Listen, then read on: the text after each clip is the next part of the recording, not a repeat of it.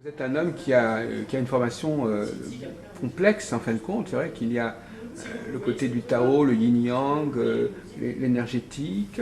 Et puis d'un autre côté, effectivement, il y a une réflexion sur les cycles. Et puis d'autre côté, effectivement, il y a la pratique de l'astrologie traditionnelle. Ce n'est pas si simple, en effet, de les articuler l'une par rapport à l'autre. Elles sont plus-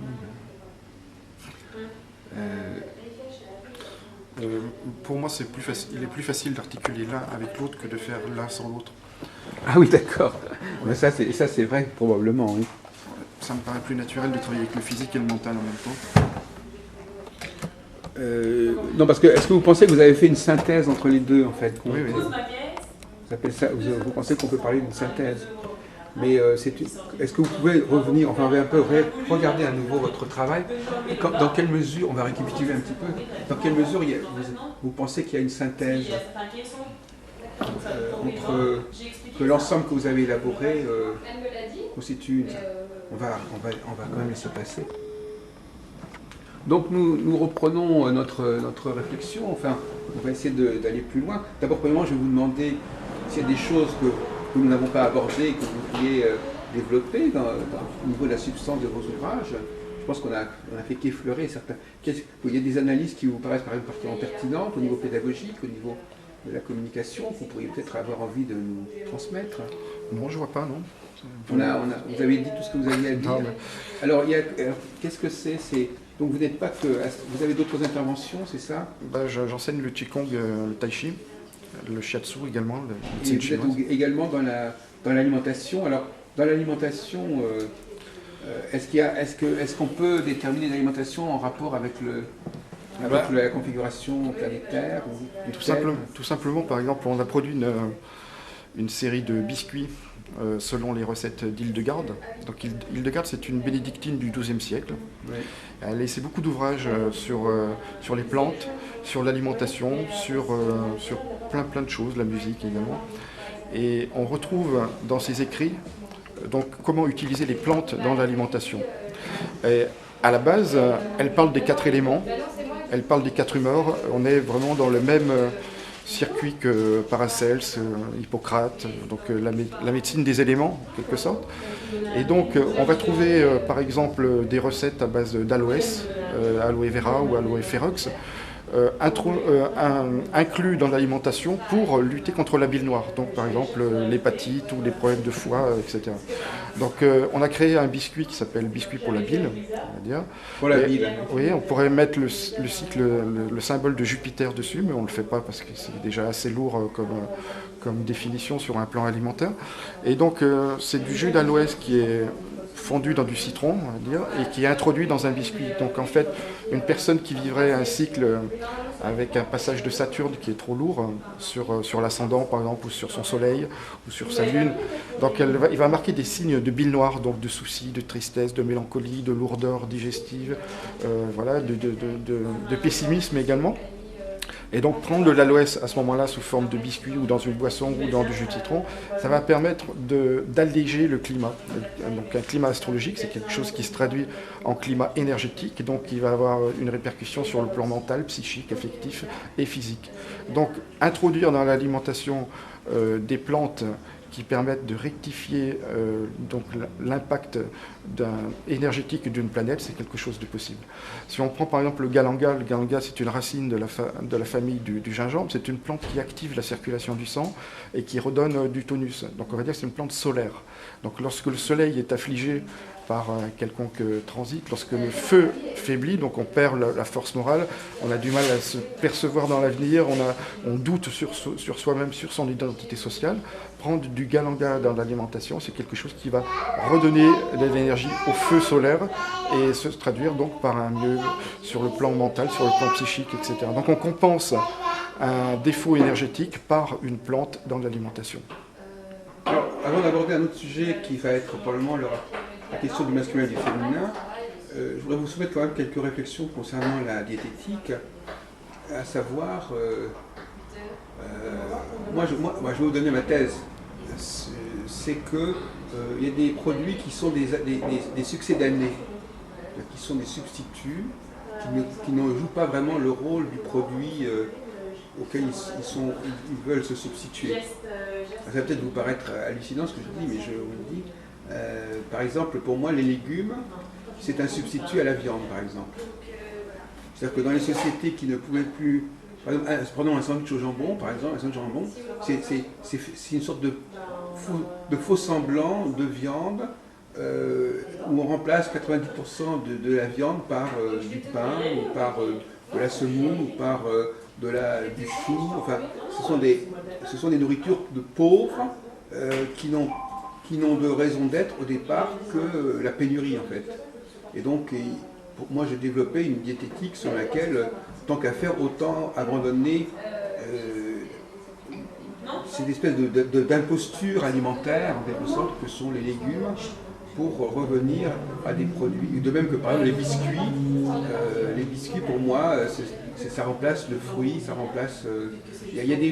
on vit dans un monde où il y a d'un côté les vrais aliments, le côté des aliments de substitution. Alors, je ne sais pas, c'est peut-être pas du tout votre position. Et de toute façon, ça n'a rien à voir avec l'astrologie, si ce n'est que psychologie, si ce n'est que tant qu'à faire, autant aller vers les choses qui sont vraies plutôt que des choses qui sont des choses de remplacement. Par exemple, quand Christophe Colomb est parti aux États-Unis en long voyage, dans les bateaux, on prenait des biscuits parce qu'effectivement, on ne pouvait pas garder les fruits frais ou les produits frais. On ne va pas prétendre, il est difficile de prétendre que la viande était la première nourriture de l'homme, déjà. On va dire que c'est déjà une nourriture d'une civilisation évoluée et organisée. Ah oui. Ah oui, la première nourriture, c'est la cueillette. Mais la cueillette de quoi? De fruits. De fruits, oui, mais justement, pour moi, la base de la nourriture, c'est les fruits et la viande. Mais ce n'est pas les légumes. Les légumes, c'est vrai que si on prend la nature en elle-même, on ne trouve pas vraiment de légumes tels quels, qui poussent de façon sauvage. Oui, ça correspond à un progrès, si on peut dire, de la civilisation. On va trouver des carottes sauvages, mais la carotte sauvage, c'est une herbe, c'est même pas un légume encore. Par exemple, vous savez bien que, par exemple, au niveau de la cuisine, il y a la théorie sur laquelle il faut que le produit soit très bon au départ, et que c'est ça qui est important, c'est la qualité du produit. Et d'autres qui disent non, ce qui est important, c'est la qualité de la cuisine, de la façon dont on l'accommode, comment on le traite. Il faut les deux. Il n'y a aucune raison de privilégier. Moi, je fais partie plutôt de l'école des produits, c'est-à-dire le produit, c'est la belle pêche, la belle mangue, la belle côtelette. Et c'est pas tellement la façon dont on va l'assaisonner. Je vais vous dire, tel qu'on présente la médecine du Moyen-Âge, donc que je soutiens avec Hildegarde, elle est accentuée essentiellement sur les épices. Les épices qui vont venir rééquilibrer toutes les humeurs du corps humain. Donc la fonction des 4 éléments, des planètes, etc. Bon, ces épices-là, elles sont généralement cuisinées. Elles ne sont pas prises de façon... La tisane n'existait pas, par exemple. Pas d'eau, pas de tisane. C'était soit du vin, qu'on appelait hypocras, donc qui était cuit aussi avec du miel et des épices, soit dans la viande, soit dans les légumes, soit dans le pain, soit en fait toutes les épices étaient... les médicaments, en fait, les plantes étaient incorporées dans l'alimentation. Oui. Voilà. Bon, par exemple, Hildegarde conseille le poulet à l'hysope pour soigner le foie. Bon, l'hysope, c'est une plante qui ressemble un peu à du thym, si on veut un petit peu, donc qu'on peut remettre dans la cuisson. Donc le poulet, les Chinois considèrent que c'est une viande acidulée, c'est une viande jeune, donc qui appartient au domaine du foie, de par l'élément bois qui correspond au printemps, en fait. Donc c'est une analogie. Donc poulet à l'hysope, bon pour le foie, mais cuit. Tout ça, c'est revenu, c'est quand même préparé. Donc la qualité des aliments, rehaussée par les plantes, c'est quelque chose qui peut rééquilibrer sur un plan général.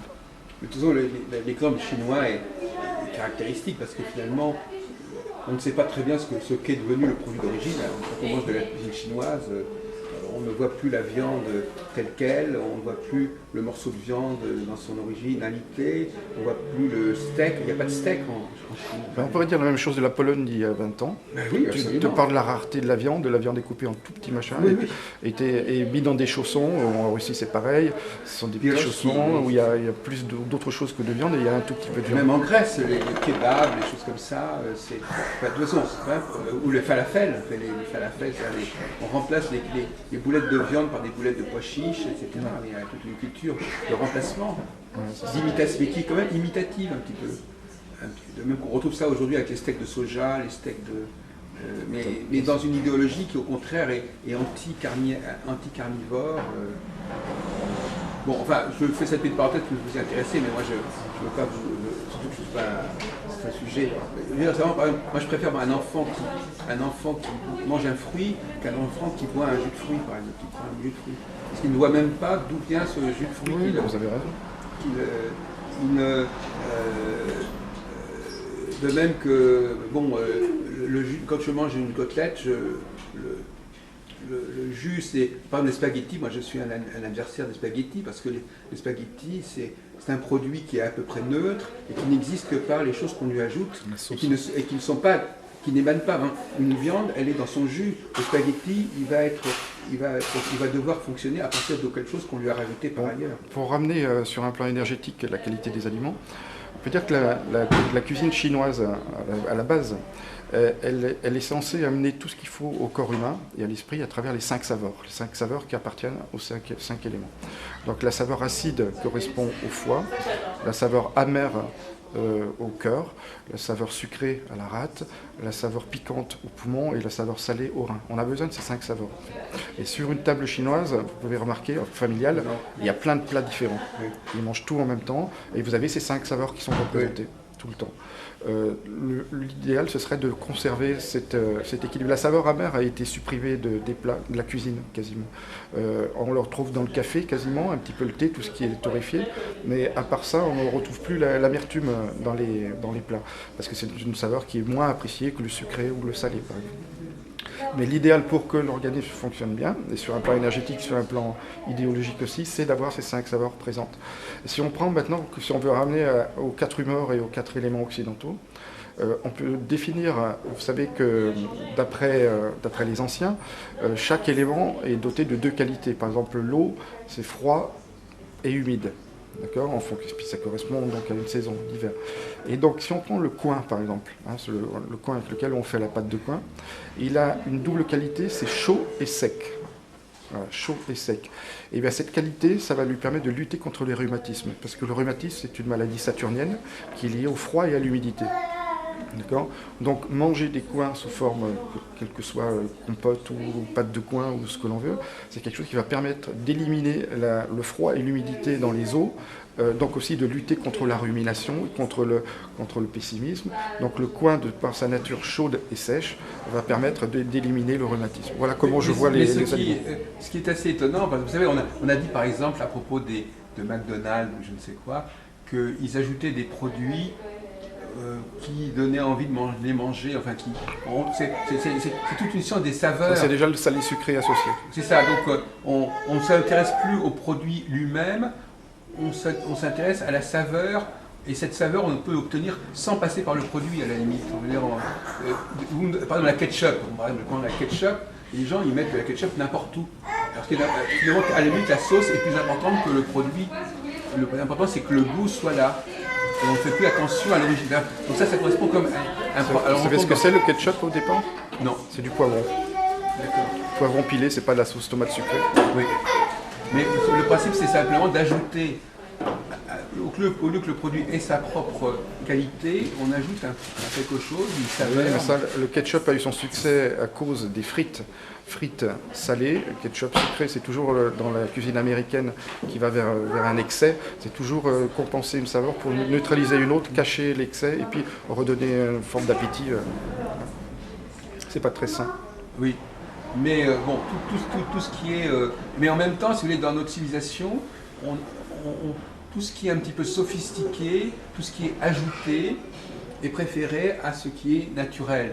C'est-à-dire qu'effectivement, on préfère par exemple quelqu'un qui va jouer du violon que quelqu'un qui va siffler, par exemple. Enfin, je veux dire, tout ce qui, dès que on dévalorise ce qui est tout simplement l'art, tout ce qui est produit là, alors qu'avant on sait très bien que l'élevage c'est une science aussi, comme la cuisine, l'agriculture c'est aussi une science.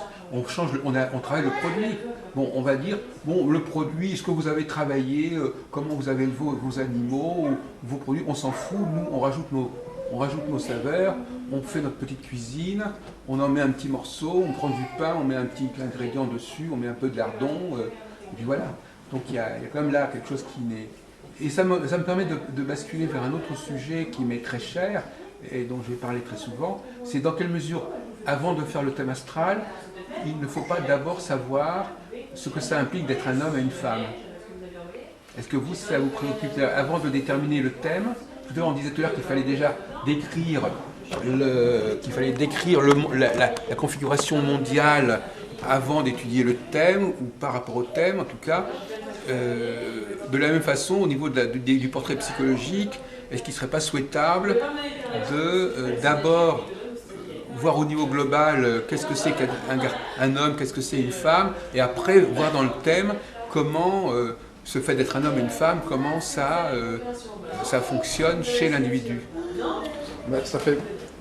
Ça ramène à une philosophie de la vie. Voilà. Personnellement, j'ai résolu ce problème-là en adhérant à l'équilibre des éléments. C'est-à-dire que le monde, pour exister, enfin la nature pour exister, a besoin par exemple des 4 saisons, du soleil, de la pluie. Donc elle a un équilibre entre le yin et le yang, entre le masculin et le féminin, et puis entre toutes les facettes de ces différents éléments. Et donc pour moi, réussir sa vie, c'est équilibrer, c'est rentrer dans une forme de méditation où il n'y a plus d'excès d'aucun élément. Il peut y avoir des excès temporaires. Par exemple, la colère est nécessaire à un moment donné lorsque vous vous trouvez dans une situation de blocage, mais une colère permanente va devenir destructrice. Donc le but, c'est d'arriver à rééquilibrer ces différents éléments. Et la lecture... En route, est en route. Ça va faire long. Elle a dit qu'elle arrivait dans une petite demi-heure. De toute façon, là, normalement, on est parti pour au moins une demi-heure, si vous voulez, puisqu'il n'est pas très tard, hein, en fin de compte. Après, on va partir sur le sud, là, sur Gérardmer et Remiremont. Ce qu'on avait prévu, de toute façon, un entretien d'à peu près 2 heures, donc de toute manière, on est dans les temps. Mais au moins, voilà. Alors, à partir de là... Bon, alors moi, ce qui est un sujet qui me paraît important, donc c'est cette question, je crois qu'on a à peine esquissé là tout de suite, là c'est la question de... qu'est-ce que vous avez à nous dire sur le fondamental qu'est le fait d'être un homme et une femme, à partir duquel on va préciser par le thème... Il faut savoir ce qu'on recherche dans l'existence. Dans l'existence, on cherche à se réaliser, donc on peut dire à travers la société, mais aussi à se réaliser individuellement. Et donc pour moi, ce qui est important, c'est de retrouver une forme d'équilibre avec la nature. Donc se retrouver en harmonie donc avec donc les éléments, et donc réaliser tous les éléments qui existent à travers les planètes. En fait, on va dire qu'il y a 5 planètes, il y a 5 éléments, le yin, le yang, et on a besoin que tout cela soit fonctionnel, tout cela soit harmonieux, et de réaliser, de se réaliser sur tous les plans.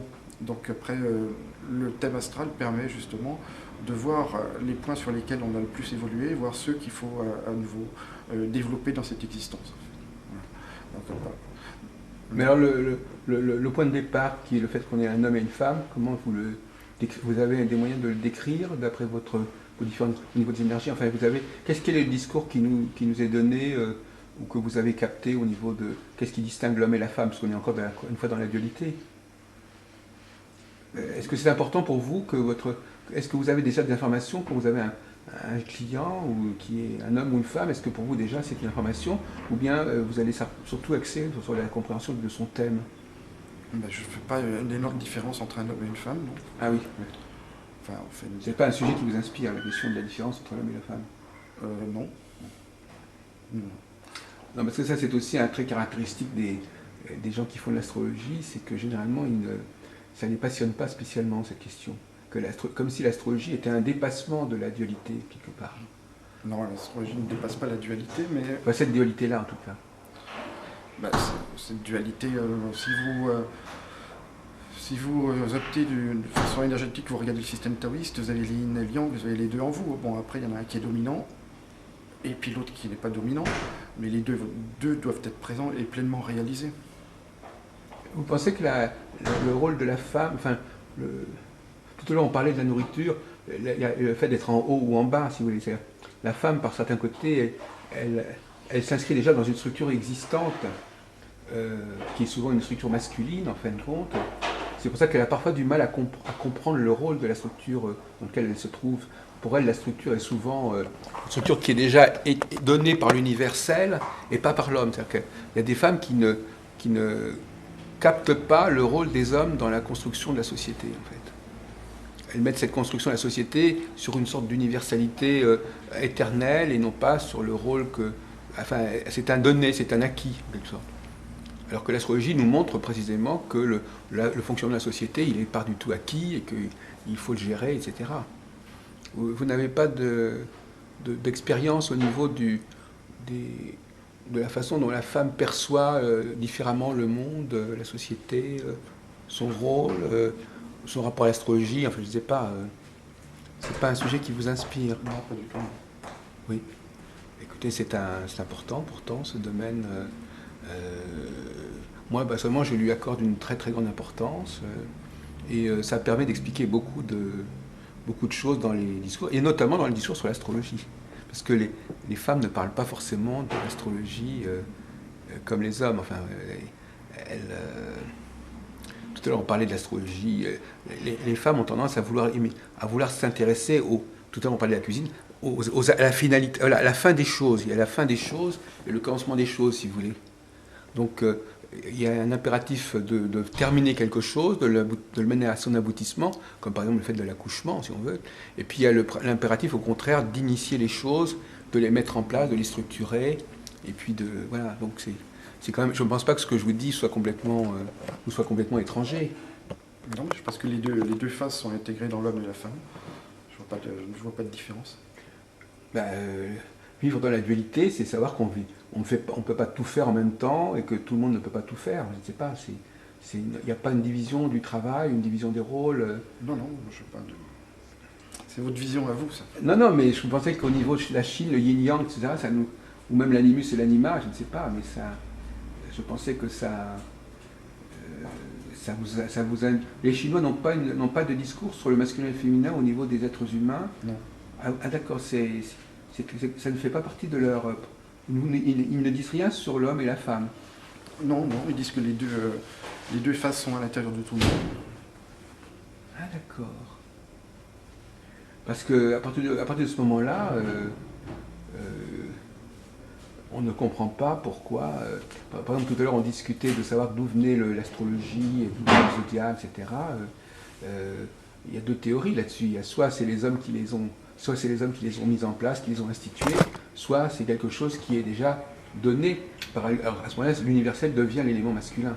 C'est qu'il y a une sublimation du masculin au niveau de l'universel, et le masculin sur Terre est en quelque sorte un petit peu, je dirais, minimisé ou un petit peu intégré au féminin. C'est-à-dire qu'il y aurait un masculin féminin sur Terre et puis un énorme masculin, une image du Père au-dessus. Moi, je pense que c'est une vision occidentale, je n'y adhère pas. D'accord, oui. Le développement de la technologie a beaucoup joué dans ce sens. Et d'ailleurs, justement, une question que je voulais vous poser pour terminer, c'était justement quelles sont les choses qui bougent, puisque finalement l'astrologie parle de prévision. Donc, quels sont les grands enjeux sociaux qui sont déterminés par les astres? Qu'est-ce qui bouge? Par exemple, est-ce qu'il y a des périodes où par exemple, les sociétés sont plus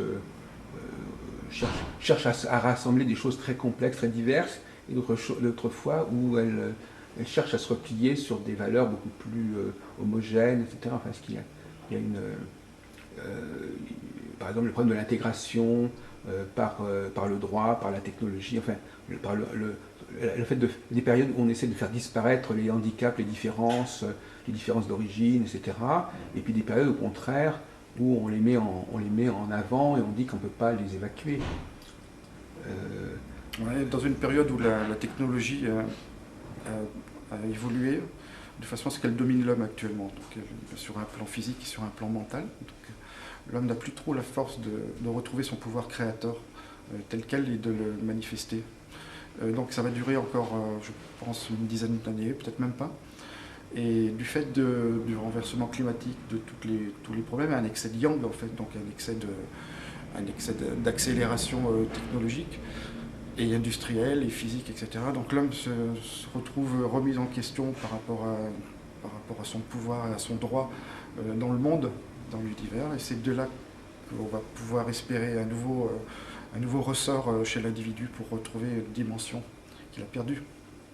Alors vous-même, vous êtes d'origine grecque, je crois. Oui, ouais. Est-ce que, justement, c'est le cas de la Grèce, on parle beaucoup de la Grèce actuellement, et du fait que on est dans une phase qui n'est pas très... à une certaine époque, la Grèce, au niveau de l'Union européenne, a été considérée comme un membre à part entière qui s'intégrait justement dans le schéma de l'Union européenne. Et puis actuellement, apparemment, on vit dans une phase où le mythe de l'Union européenne, de l'euro, tout ça, c'est un petit peu... ça vole un peu en éclat. C'est très intéressant, ce phénomène de l'Union européenne qui, à certains moments, fonctionne vers une cimentation, une convergence. À d'autres moments, il y a des différences qui apparaissent. On dit qu'il y a des incompatibilités, etc. Est-ce que vous avez abordé cette question? Elle est tout simplement liée à un écart énorme au niveau dans le niveau de vie.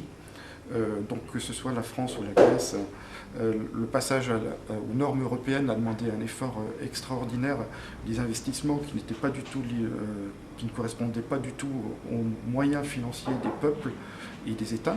Et aujourd'hui, on veut tout remettre à zéro. Donc c'est à la fois la Grèce, c'est l'Espagne, c'est le Portugal, c'est aussi la France qui découvrent des déficits monumentaux, mais ces déficits, ils étaient là dès le départ. Et donc, disons que le pouvoir de Bruxelles, avec l'Allemagne, avec des fortes puissances, ont tout nivelé vers le haut sur une exigence de normalisation. Mais cette normalisation, les peuples vont la payer maintenant. C'est impossible de payer des dettes pareilles. En fait, c'est un faux semblant dès le départ. Mais est-ce que ça, c'est une analyse qu'on peut faire au niveau journalistique, mais astrologiquement, est-ce que il ne sait pas par hasard qu'effectivement, il y a un an, on ne parlait pas de cette question-là de cette façon. Donc, est-ce qu'il s'est passé quelque chose astrologiquement qui fait que certains problèmes sont devenus plus aigus qui n'apparaissent? Je crois que quand on disait, il y a 2 ans, on disait la zone euro, c'est une très bonne chose, elle protège ses membres. Il suffit de suivre le cycle Jupiter-Saturne, on a toutes les phases d'éclatement. Actuellement, on est en pleine opposition, une opposition grave. Et vous suivez, vous avez très bien la conjonction Jupiter-Saturne pour la création, puis après toutes les phases d'évolution avec les crises, je pense qu'elle est bien résumée là-dedans. Et justement, alors justement, qu'ils sont compositeurs, ça va s'arranger? Si vous regardez le cycle ça va s'arranger, puis il y aura encore des conflits. Oui, ça va s'arranger. Il peut y avoir une pause dans cette dramatisation. Dès que Jupiter va sortir de l'opposition, d'ici 1 an. On aura trouvé entre-temps la solution, comme vous disiez tout à l'heure. Il n'y a pas de solution, il y a des solutions et des adaptations. Et donc on va rentrer. Mais il ne risque pas d'y avoir d'autres configurations qui vont encore compliquer les choses. On ne peut pas prévoir le pire non plus. Non, mais je veux dire d'autres configurations, d'autres planètes qui vont interférer avec ce que vous venez de dire, qui pourraient compliquer un peu plus les choses. Par exemple, l'entrée de Pluton au Capricorne, c'est important pour vous? Non. Oui, parce que vous n'êtes pas très plutonien, enfin, vous n'êtes pas tellement favorable à l'utilisation de Pluton. Mais il y a Uranus en... Enfin, je ne sais pas quel est votre point de vue. Mais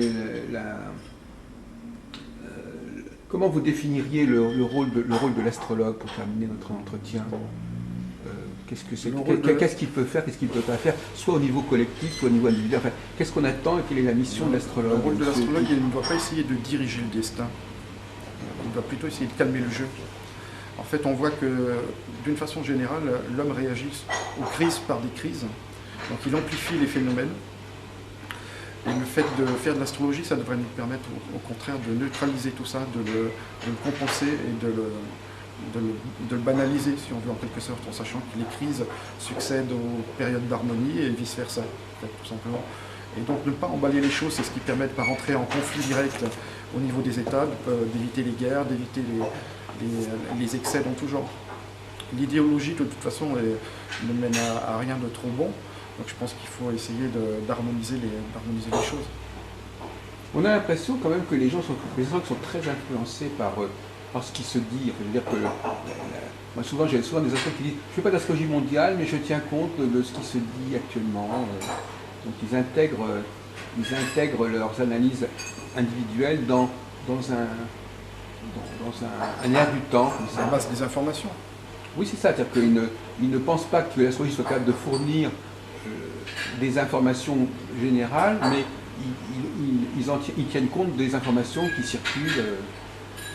Voilà, c'est une espèce de démission des astrologues par rapport à une connaissance de ce qui se passe dans le monde. C'est la même démission qu'on trouve au niveau des journalistes et de tous les gens qui autrefois étaient engagés dans un changement. Oui, mais justement, maintenant, l'astrologue, il fait du journalisme. C'est-à-dire comme vous disiez tout à l'heure, ce qu'il veut, c'est montrer que l'astrologie correspond globalement et reflète globalement les problèmes qui se posent. Il n'anticipe pas, par contre. Il n'anticipe pas, et même il aurait même tendance à perpétuer indéfiniment. Quand il lui dit mais combien de temps ça va durer, il n'en sait absolument rien. Je pense que ce qui est difficile dans l'astrologie, c'est de localiser géographiquement les conflits. Et tant qu'on en reste aux aspects, on voit la zone de conflit, le temps qui va durer, et également les périodes d'harmonie. Mais géographiquement, je trouve qu'on se plante largement quand on veut vraiment définir des zones. On dirait que les États ne sont pas des entités vraiment comme un individu qui correspondent à un thème astrologique. Vous ne pensez pas au contraire, enfin moi je ne vous suivrai pas tellement sur ce sujet, vous ne pensez pas au contraire qu'il y a des événements qui se produisent dans des tas d'États en même temps Si, et donc c'est pas forcé que ce soit réservé. Est-ce que c'est intéressant de faire le...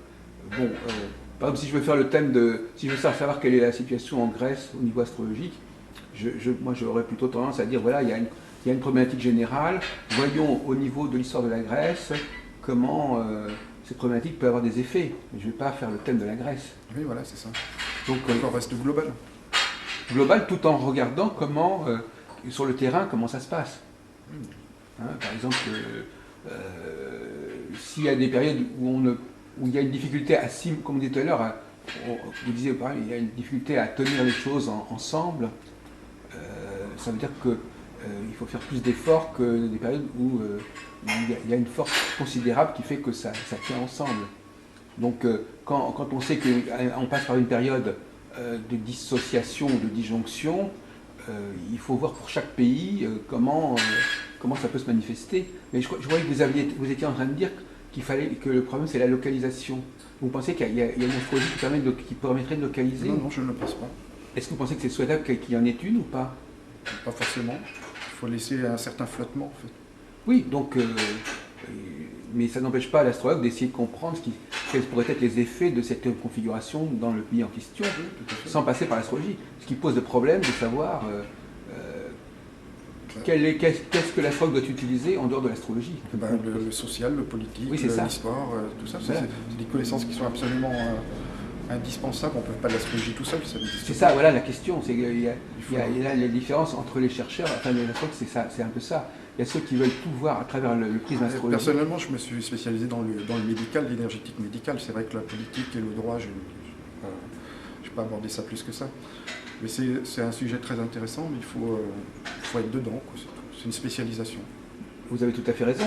Donc pour faire de l'énergétique médicale, on ne peut pas faire que de l'astrologie. Non, j'ai une formation aussi d'acupuncteur et de masseur shiatsu. Voilà, donc c'est l'un avec l'autre qu'on arrive à faire fonctionner. Si j'avais fait des études de droit, d'histoire, tout ça, je me pencherais sur un autre domaine. Bien sûr. Ça n'est pas le cas. Oui. Sans pour autant que ça n'intéresse pas. Mais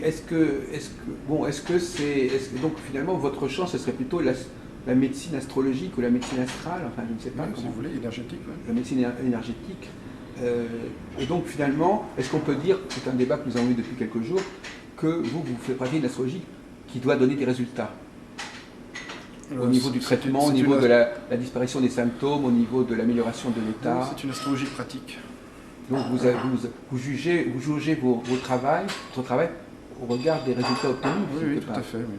Beaucoup d'astrologues n'ont pas les moyens de vraiment vérifier si ce qu'ils disent apporte vraiment... Non, je suis parti pour faire ces travaux-là sur des bases complètement empiriques avec des fichiers d'infirmières de milliers de gens en fait. Et puis après, faire recouper les données énergétiques telles qu'on les connaît, puis voir le concret. Est-ce que vous voulez dire par là, monsieur Dimitriou, que vous avez fait avancer le domaine, ou que vous avez, à la lumière de vos expériences, vous avez modifié certaines choses dans ce domaine, vous avez corrigé certaines choses? J'ai essayé d'amener de la précision. Non, parce que comme je ne sais pas si vous connaissez les travaux d'Éric Marié à l'époque. Ah bon, on n'arrête pas depuis 3 jours de parler d'Éric Marié. C'est hyper confus, et quand vous connaissez le personnage, vous voyez que c'est pas net non plus. Je suis désolé, mais bon, j'avais ces travaux-là, puis d'autres sous la main. Je ne considérais pas que c'était vraiment que ça correspondait à une réalité. Non, ça c'est vrai effectivement que... donc moi j'aime beaucoup les gens qui restaurent ou qui corrigent les travaux à travers leur expérience. Bon, je ne suis pas assez calé pour vous poser des questions très pointues là-dessus, mais j'aimerais bien, pour nos auditeurs, que vous nous disiez sur quel point vous avez apporté, ça sera compris que les gens qui le connaissent, sur quel point vous avez fait des corrections, vous avez fait des apports. Si vous, là, vous adressez à des gens qui s'y connaissent. Consultez les ouvrages, vous verrez que la description des méridiens, je veux dire, à partir du schéma énergétique que je propose, on peut faire un bilan. Il y a des passages qu'on peut montrer, ou des tableaux, ou des schémas qu'on peut montrer à l'écran, par exemple, pour illustrer vos propos.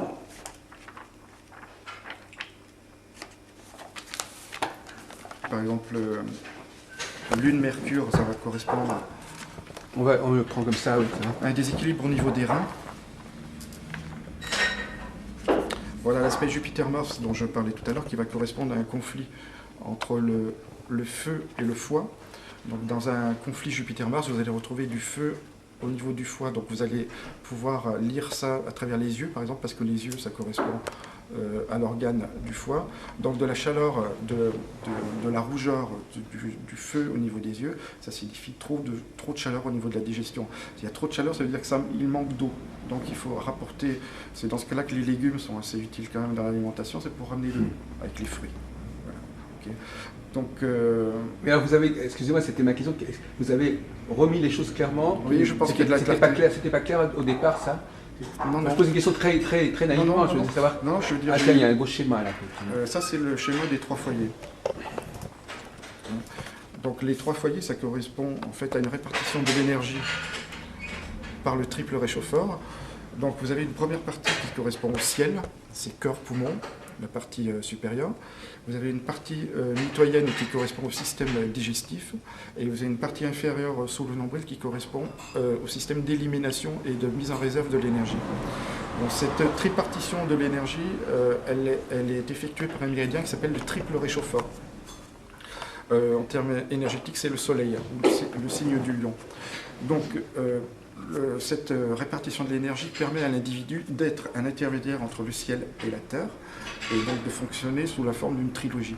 Donc avec le foyer supérieur, on introduit des aliments, on les intériorise.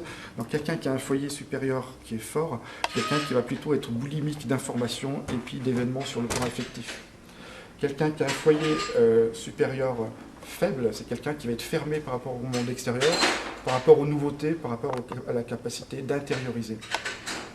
Le système digestif, il est représenté par le foyer moyen, c'est le foyer d'assimilation. C'est notre capacité de personnaliser et de transformer les informations que l'on a intériorisées par le foyer supérieur. On assimile et on digère et on personnalise. Quelqu'un qui a un foyer moyen faible, c'est quelqu'un qui va tout apprendre par cœur, mais qui ne va pas transformer par lui-même, qui ne va pas avoir de structure sur le plan mental pour personnaliser les informations. Enfin, le foyer inférieur, c'est la terre, donc c'est la mise en pratique de tout ce qu'on a introduit puis digéré. Donc quelqu'un qui a un foyer inférieur faible, c'est quelqu'un qui n'a pas les pieds sur terre, qui a du mal à mettre en pratique. Et comment sait-on si cette personne a ce stade, est à tel ou tel stade? Ces 3 foyers, en fait, ils sont marqués dans le thème par les 3 cycles cardinal fixes mutables. Voilà. Donc la force des planètes en signe cardinal, ça va donner un accent premier foyer, introduction, spontanéité, démarrage. Des signes fixes en supériorité, ça va donner un foyer moyen fort, Donc, personnalité lente, épictigère, qui assimile, profonde. Et puis les signes mutables, ça va donner le côté pratique, pragmatique, les pieds sur terre, la mise en pratique. Ouais. Alors ma question, c'est donc ce tableau, est-ce qu'on peut dire que c'est du Dimitriou? Oui, tout à fait. C'est ça. Ouais. Donc effectivement, avant qu'est-ce qu'on disait? On disait pas ça comme ça. Non, on ne parlait pas des trois foyers assimilés cardinal fixe mutable. C'est des choses que j'ai cherchées. Donc ça, c'est une mise en clair que vous avez faite. Est-ce qu'il y a d'autres choses pour les gens qui s'y connaissent qui pourraient valoir la peine qu'ils le sachent et qu'ils voient disons que pour rechercher la force des 5 mouvements, bois, feu, terre, métal, etc., on regarde j'utilise le système des maîtrises, ce qui n'était pas fait avant. Donc,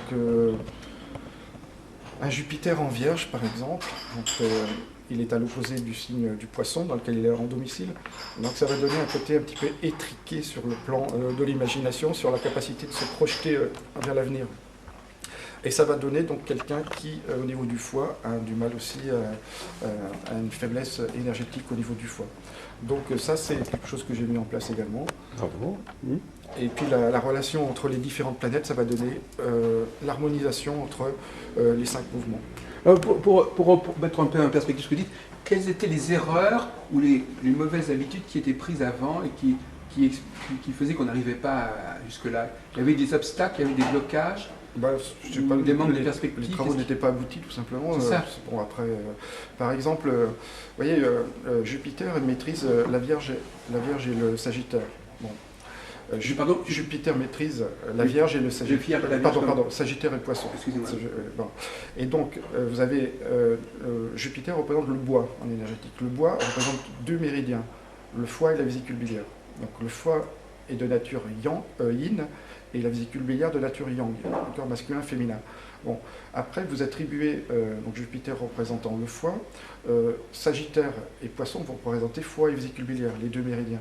Et si vous mettez Sagittaire pour le foie alors qu'il est féminin et Poisson pour la vésicule biliaire alors qu'il est masculin, c'était ce qui était à l'époque. Et donc là, j'ai respecté le yin, le yang, le masculin, des lignes logiques et puis cohérentes. Oui, moi j'apprécie beaucoup les gens qui font ce genre de travail. Malheureusement, je ne connais pas très bien sur ce point. En revanche, moi je connais bien la théorie des domiciles, etc. Effectivement, cette théorie des domiciles, le problème que je voudrais vous poser pour avancer un petit peu, c'est est-ce que vous ne pensez pas, est-ce que vous ne pensez pas que toutes ces planètes ne sont que l'expression d'un seul et même principe, d'une certaine manière, pas dire au fond, on pourrait ramener. C'est curieux, il y a une sorte de démultiplication qui devient un obstacle. Démultiplication du passage du 2 au 10, c'est-à-dire il y a une espèce de. Parce que par exemple, on peut prendre un cycle, on peut le diviser en 15, en 20, en 30 secteurs. Je veux dire, on peut donner un nom à chaque secteur. Et en fait, compte, ces noms sont un peu arbitraires. Est-ce que par exemple, vous imaginez qu'on puisse avoir un zodiaque à 20 secteurs au lieu d'un zodiaque à 12, non. Si ce n'est qu'il a déjà marqué fondamentalement notre... Le nom, c'est parce que c'est pas concevable ou parce que tout simplement ça n'a pas été intégré comme ça? Non, parce que c'est pas intéressant. Ce qui est intéressant pour conserver une cohérence dans l'analyse et une lecture possible, c'est de réduire à des facteurs communs. Si vous... Ah oui, d'accord. C'est-à-dire que si vous supprimez le 12 en astrologie, vous ne pouvez plus le mettre en correspondance avec d'autres choses. Plus le 4, plus le 3. Voilà, c'est ça. Donc, donc il y a parfois des chiffres qu'il faut faire réapparaître pour rétablir les passerelles, c'est ça, entre différentes disciplines. Là, on trouve une correspondance quand même qui est assez extraordinaire entre l'Orient et l'Occident. Vous avez ces 5 mouvements chinois qui correspondent aux 5 planètes. Et ensuite, chaque planète correspond à 2 signes, alors que chaque mouvement chinois correspond à 2 méridiens. C'est pas un hasard, on passe du 5 au 10 au 12, voilà, en rajoutant le yin et le yang, soleil-lune, masculin, féminin. Oui, mais ça, si vous voulez, c'est parce qu'on va relier des choses qui viennent peut-être d'une même source. Oui, c'est ça. Mais imaginons que la source ait été différente. Imaginons qu'on est divisé en 16 et non pas en 12. Imaginons qu'à l'origine, le scénario aurait été sur la base 12, la base 16 ou la base 12. On pourrait aussi faire la même chose. Le problème, c'est que ça ne s'est pas fait comme ça. Voilà, c'est tout. On reste avec la cohérence, on va dire, de la création de l'univers. Cohérence, non, c'est pas la... alors, ce 12, il se situe au niveau... après tout, la conjonction Soleil-Lune, c'est pas l'univers. Hein. c'est un phénomène... C'est notre univers à nous. C'est notre univers à nous, c'est cela. Oui. Mais cet univers à nous, vous pensez qu'il nous a... Si on prend vraiment cette question, puisque finalement on a commencé par ça, cet univers à nous dont un élément fondamental serait cette conjonction Soleil-Lune, vous voulez dire que le fait que la Lune rencontre le Soleil à peu près 12 fois par an, aurait reconstitué une matrice absolument fondamentale du psychisme humain. Non, je vais vous expliquer comment je vois les choses. Donc, je nommais tout à l'heure la création de l'univers. Les Chinois disent, au départ, il y a le Tao. Le Tao, un amas de souffle indifférencié. À un moment donné, le yin et le yang se sont séparés, la Terre et la Lune, la Terre et le ciel se sont formés, et de l'union du ciel et de la Terre sont nés les demi-lettres. Bon, donc, chez les Grecs, c'était le chaos. Le chaos, c'était cet amas de souffle indifférencié. Et ensuite, il y a eu le masculin, le féminin, les 4 éléments, etc. Bon, on part de quelque chose de simple pour aller vers quelque chose de multiple, compliqué, qui donne la diversité. Mais le but de l'être humain dans son évolution, c'est de revenir à l'unité. Donc un souffle unique, effectivement, dans lequel il n'y a plus de yin, il n'y a plus de yang, il n'y a plus les 5 éléments, il n'y a plus les 12, il n'y a plus rien, il y a l'unité. Ben oui. Et l'unité, c'est le cœur qui représente, c'est le souffle. Les Chinois disent que le cœur, c'est l'empereur. L'empereur ne peut pas être touché. C'est lui qui représente l'unité centrale de l'esprit. Donc effectivement, revenir à ce souffle unique et à ce diapason qui ne soit plus dans la multiplicité, plus dans la complexité, c'est le but de toute sagesse, de toute évolution, de toute réalisation. Si ce n'est que le 1 est toujours porteur du 2 d'une certaine manière, parce que quand le 1 fait, on l'a dit tout à l'heure, quand le 1 s'éclipse, il y a le 2 qui apparaît. Oui, mais le 2, il permet la croissance, il permet la reproduction. Le ciel et la terre s'unissent et ils forment les 10 000 lettres. Mais nous, notre but, c'est pas à l'intérieur de nous-mêmes, de nous démultiplier. C'est ce qu'on fait dans l'existence. Quand on rajoute ceci, on rajoute telle connaissance, on le fait tout au long, et après on arrive à quelque chose qui désunit.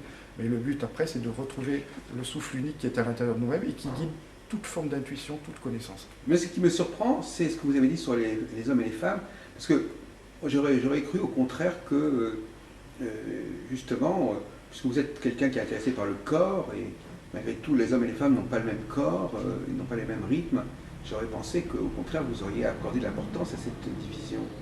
Ne serait-ce qu'en contrepoint, je ne sais pas, mais vous n'avez rien à dire sur cette interférence entre ces deux êtres qui ont quand même des constructions physiologiques, anatomiques, cycliques différentes. C'est un point aveugle de votre démarche, je ne sais pas, effectivement, parce que tant sur justement vous ne voulez tirer aucune conclusion des observations qu'on peut faire au niveau de la différence physiologique concernant une différence au niveau psychosocial, psychosociologique, comportemental. Ça n'est pas... C'est une différence qui doit mener à l'unité, pas à la division. Mais c'est ça, donc effectivement, mais ça c'est l'unité, comme vous avez dit, c'est un objectif à atteindre. Voilà. Mais ça passe par des conflits. Mais après, il faut aussi savoir sortir de ces conflits.